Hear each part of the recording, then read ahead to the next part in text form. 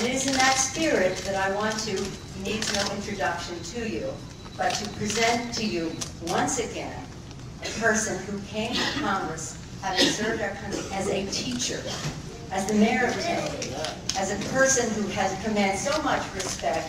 As I said, my son-in-law said to me, you may call him Congressman, people called him mayor, we just plain simply call him Harry.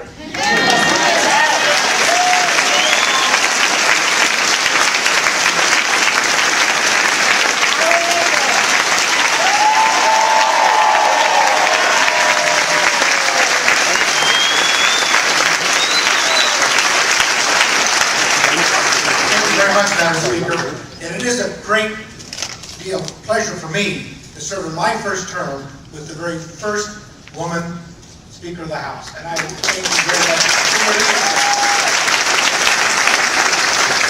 We talk about the 100 hours, the great things that we accomplished, and that's because of the leadership that you have shown, and we thank you very much. Let me just say, it's always so good to come on this campus.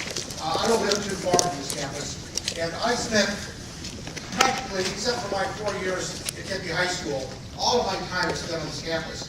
You have to remember that when Arizona State started, it was a teacher school, and all teachers' colleges at the time had a laboratory school. The laboratory school that ASU had is located right now where the social science building is. So I went my first 8 years in schooling here at ASU in the, it's a kind of a strange thing. People thought it was a reformatory because it was called the Ira D. Payne Training School. But it was a school that had one class of each grade from kindergarten through 8th grade. Then I spent my 4 years at Tempe High School, and the rest of my time has been here at ASU. So I feel very, very comfortable being here. And I want to thank all of you for your support in getting me to where I am today, because without your support,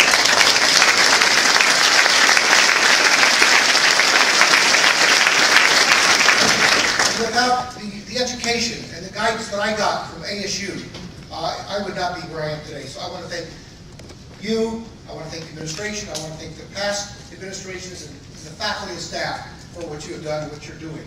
Thank you very much. I have to say that college affordability has been one of the most important issues that was faced in this last campaign. It was talked about in everybody's campaign, and that's why it was on the agenda for one of the first items to do in the first 100 hours. I think you heard earlier, Liz mentioned that ASU students are graduating with an average of a little more than $15,000 worth of debt.